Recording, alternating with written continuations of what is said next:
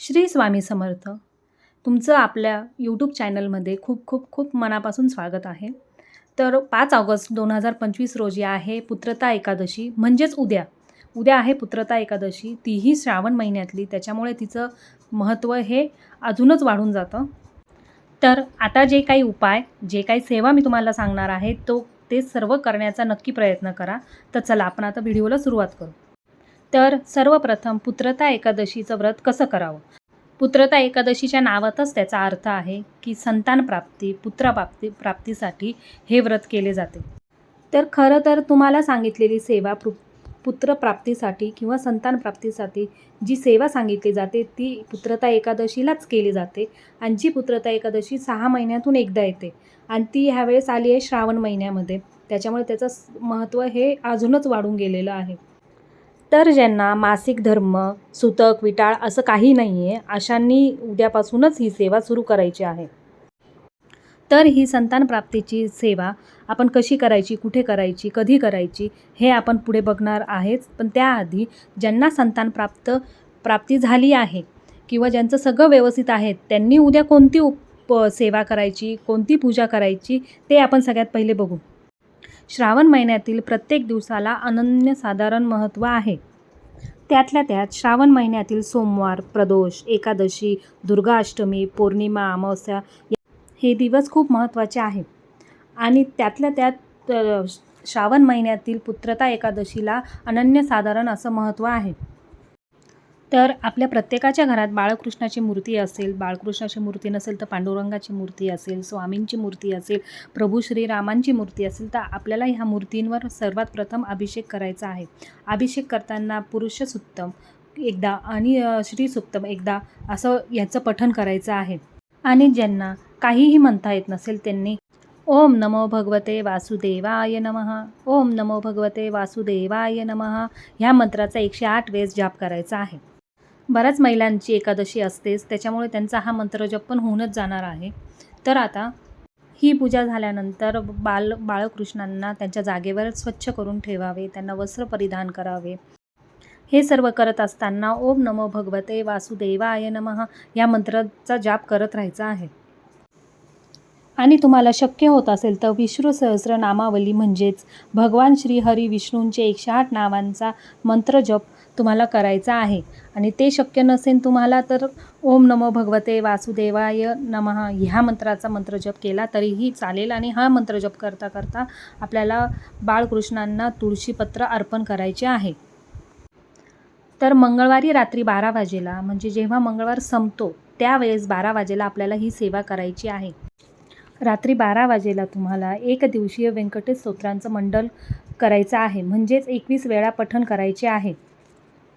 ते कसं करायचं ते तुम्हाला मी थोडक्यात सांगते. तर ही सेवा आपल्याला मंगळवारी रात्री 12 वाजेला, म्हणजेच उद्या रात्री 12 वाजेला करायची आहे. तर 11:15 वाजेला स्वच्छ आंघोळ करणे शक्य नसेल तर तोंड हातपाय धुवून देवासमोर बसायचे आहे. आणि देवासमोर तेलाचा, तुपाचा दिवा लावायचा आहे. आणि 21 वेळा तुम्हाला व्यंकटेश स्तोत्राचं पठण करायचं आहे. आवर्जून तुम्ही ही सेवा नक्की करा. आपण म्हणतो ना, श्रावणामध्ये 21 दिवस, 3 दिवस तुम्ही ही सेवा करा, पण ती शक्य नाही होत प्रत्येकाला. तर तुम्ही आवर्जून उद्या ही सेवा नक्की करा. एक दिवसीय सेवा आहे, त्याचं फळ तुम्हाला नक्की मिळेल. तुम्ही उद्या ही सेवा नक्की करा. तर ही सेवा रात्री 12लाच करायची आहे. ही सेवा दिवसभरात कधीही न करता रात्री 12लाच करायची आहे. तर शक्य तेवढा प्रयत्न करून तुम्ही रात्री 12ला ही सेवा नक्की करा.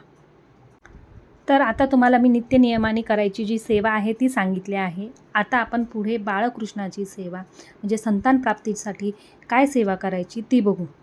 तर आता विज्ञानाबरोबर म्हणजेच तुम्ही डॉक्टरांचा सल्ला घेत असाल तर त्याच्याबरोबर तुम्ही ही 40 दिवसाची सेवा नक्की करा.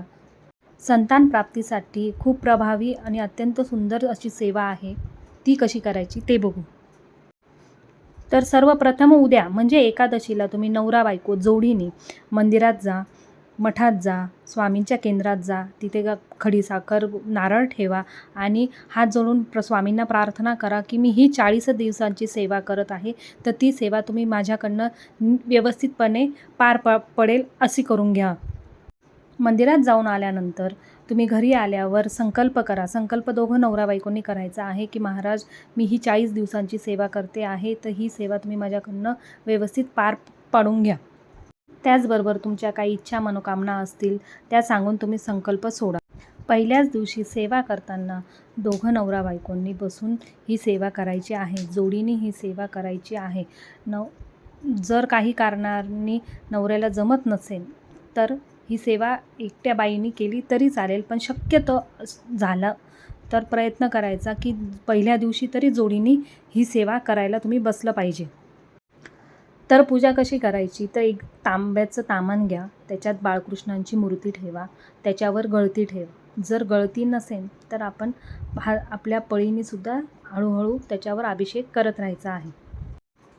त्याचबरोबर तुम्हाला 108 वेळेस म्हणजे एक पूर्ण माळ तुम्हाला संतान गोपाल मंत्र म्हणायचा आहे.